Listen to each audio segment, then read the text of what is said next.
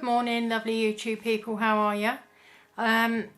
It's not very nice outside yet again, so I thought I'd do a video indoors today, and it's all about seeds, so that's what I'm doing. So what I've done is I've bought a bag of potting compost indoors. This room is my sort of crafty room, or anything I do bits and pieces. I'll just show you quickly. That's my old bench. I do my bits of craft. That's my storage down there for my glass and bits. So you can see there's a dehydrator. There's all bits and pieces in this room. There's books. It's a place where I come to just do craft and filming. There's an overspill from the kitchen of all nuts and pieces and dehydrated fruit.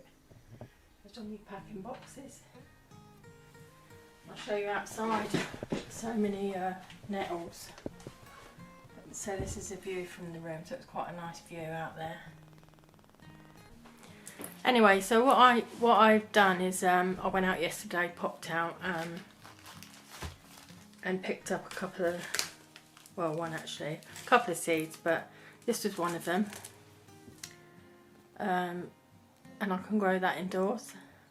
We use quite a lot of that, so I'm going to experiment with some of that today. And these little seeds are the ones that, I don't know if it's out of focus, what I got from China, and they're raspberry. It says mixed, so I don't know what that means. That might be quite interesting. So I've set up a little area here.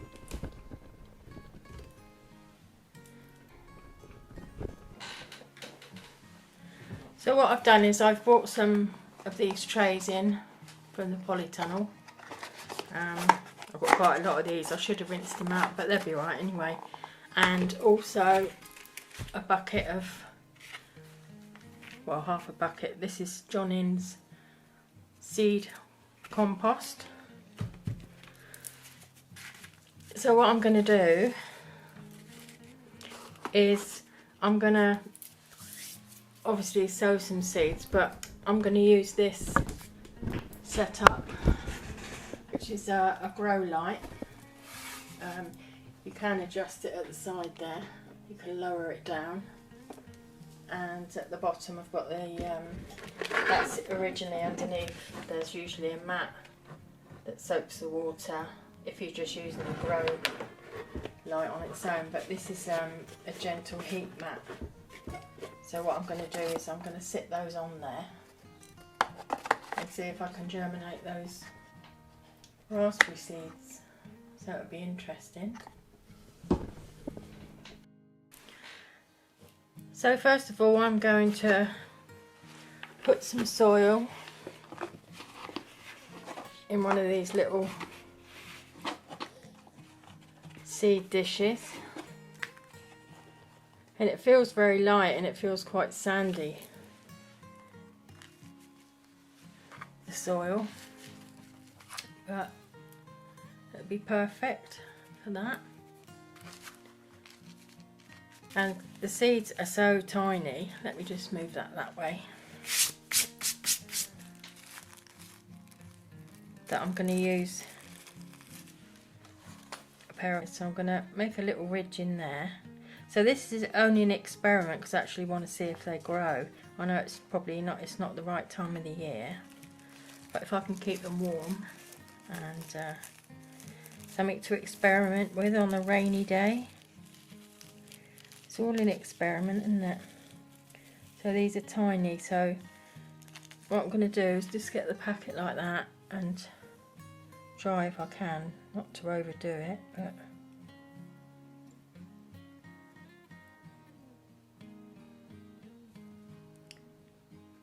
just put a few.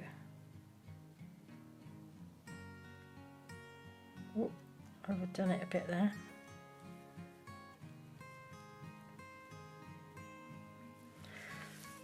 So I've just done a few really in there.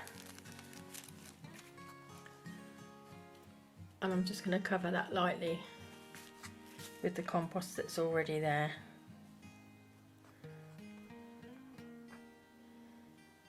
See all these little things that you can do when it's raining outside. It's amazing. Right, so what I do is I buy these lolly sticks from the craft shop. I do have the plastic ones as well, but I find these, I don't know, they make your plants look pretty with all the different colours. So I'm just going to write on there raspberry. Could do with a littler pen really. Raspberry seeds. I don't know what the date is today. Let me just look. Oh, it's the 15th. So the 15th. January, February, March, April, May, June, July, August, September. 9th. 15th of the 9th. And I'll stick that little label in there. And what I use, you probably already know this, but I have this bottle. I use a lot of these. These are the drinks bottles, and I put a little hole in the top. It controls the water a lot better when you're watering seeds. So I'm just going to give them a little water.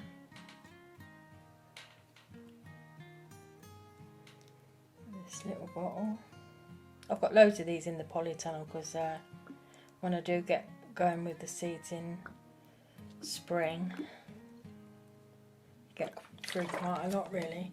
So there you go. So that's my raspberry seeds, just to see if they start growing. So I'm going to put it into the lighthouse. There we go. So I'm going to sit it under there.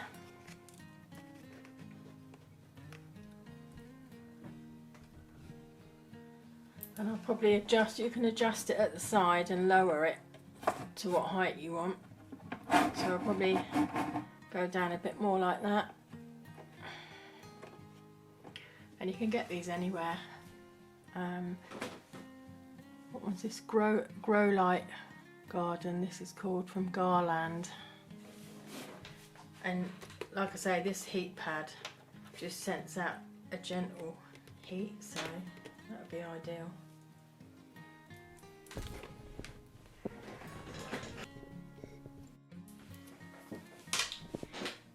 As you probably know, there's lots of different ways to grow your seeds. I've been using the little plastic cups and drilling a hole in the bottom and sowing my seeds in there, but I have tried this method before and found it to be the best. So again, I did another experiment and it's come out really well, I think, and I think I'm going to do that, even if I transplant them into the containers afterwards. The roots are much stronger, the plants are strong, and it's perfect. Whereas you can, if you grow them in pots, like say in the window in my workroom in here with the light, they can get leggy. And I know you can plant some of them deeper, but I like this method. I'll show you. You've probably heard of it, but for people that haven't, I'll show you.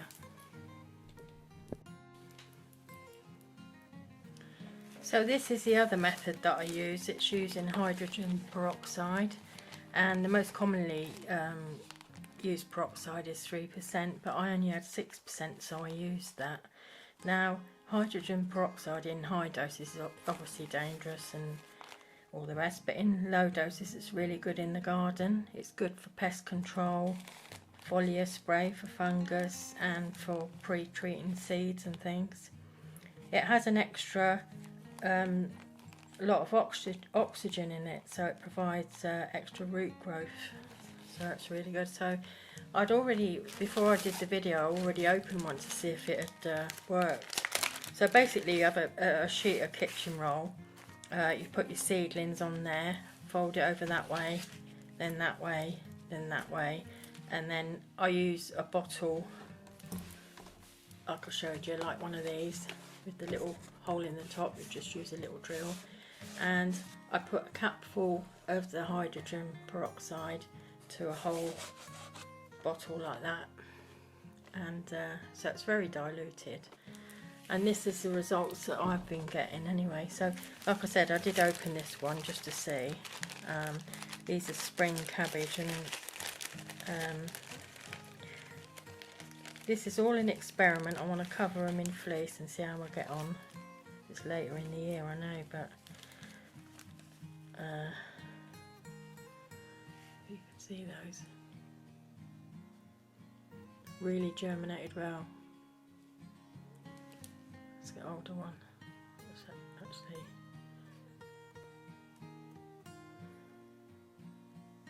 Yeah, look, great.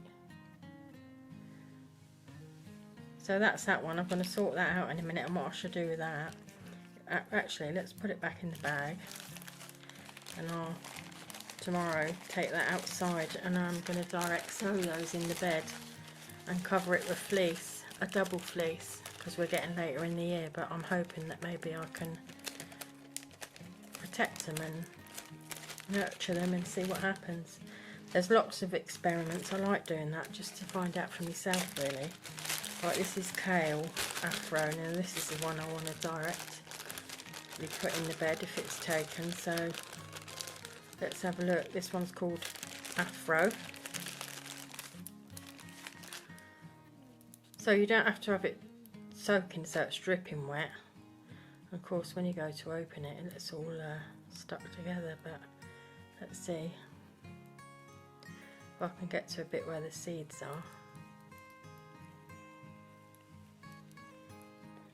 Oh, there we go.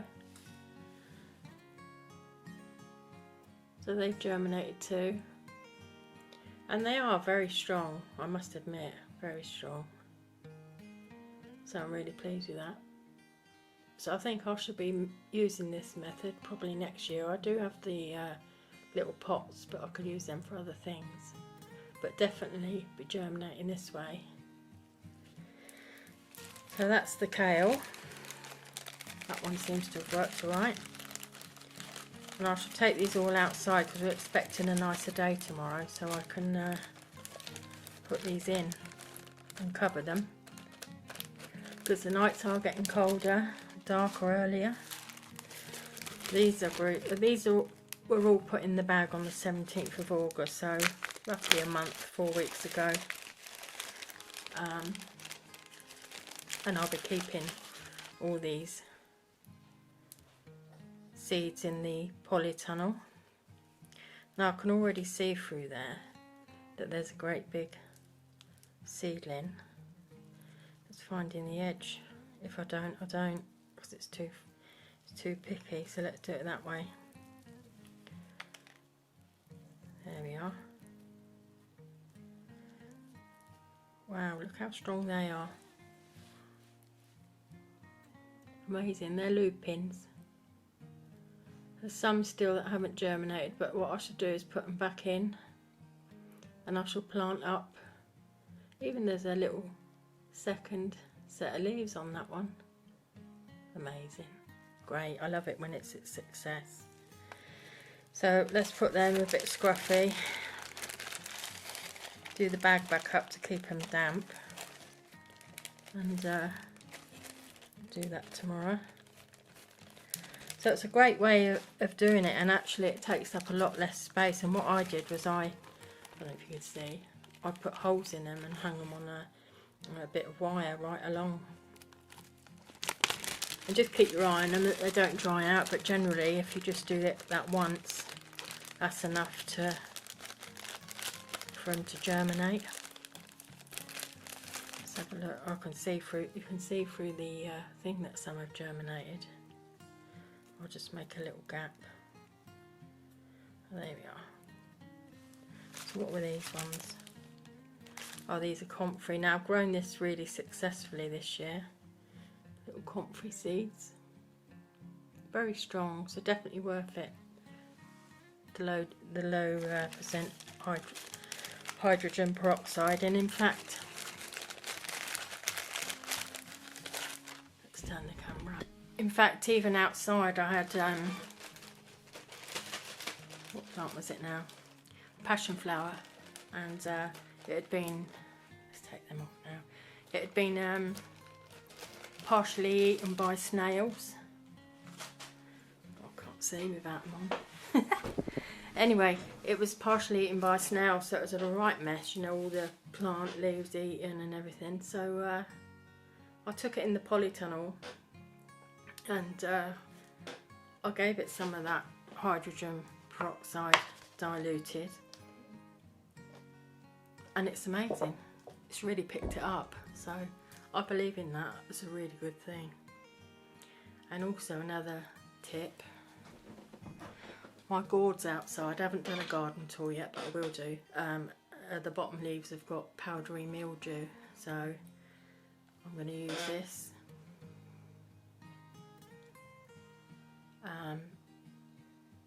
2 tablespoons in probably about a gallon, you know, a sprayer, and I'll spray them, and apparently that works a treat. So I picked that up yesterday when I was out. So there's lots of little things. And also been thinking about next year, 2020. 2019 was my first year, so I picked up a couple of, I've got loads of seeds already, but I noticed that you could sow them in January, so I'm going to try these. These are the Brunswick onion.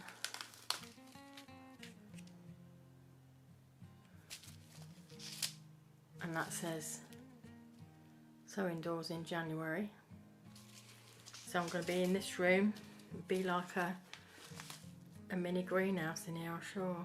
And this one again is sow in January. So yeah, they're what I picked up, but I also picked this up, a 2020 diary, because what I'm going to do over the winter, sometimes it's dark, isn't it, by 4:30 or 5 o'clock, even earlier, 4 o'clock, and we have all this time, and sometimes I think, what's the time? It's only 8:30, it feels like 11, so we have all this time over the winter. So what I think is a good idea with my diary is I'm going to go through my seeds and actually learn more about what I'm growing, what plants I'm growing, what diseases they get. Can you take cuttings, not just vegetables but flowers as well?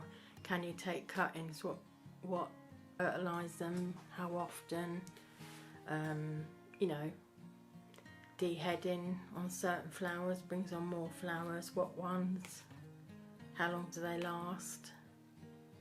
And with the vegetable side of it, I want to find out the, like I've said before, the continual growing of it. I can't think of the word. Oh dear. Succession sowing, that's it. And but there's so much to learn, and I've got so many seeds, but I'd like to put in the diary, which is a great idea, and these are things you can do sort of from now and all through the winter. What I'm going to sow and the date that roughly it should be ready to harvest. I mean, it's all different depending on where you live, and I think I found out from here that we seem to get a better weather in May, June, and not so good in July, August, although, you know, we never know, but it seems to be that way. So I think that I'm going to get going earlier with some vegetables under the fleece and see how it goes. So yeah, you could spend your winter definitely learning about your seeds that you're going to sow, and the varieties, how you can save the seeds, how long the seeds can last when you save them. So there's lots you can learn, and what more of a perfect time, really. And that's it, folks. Anyway, thanks for watching. You take care. Have fun wherever you are. Bye for now.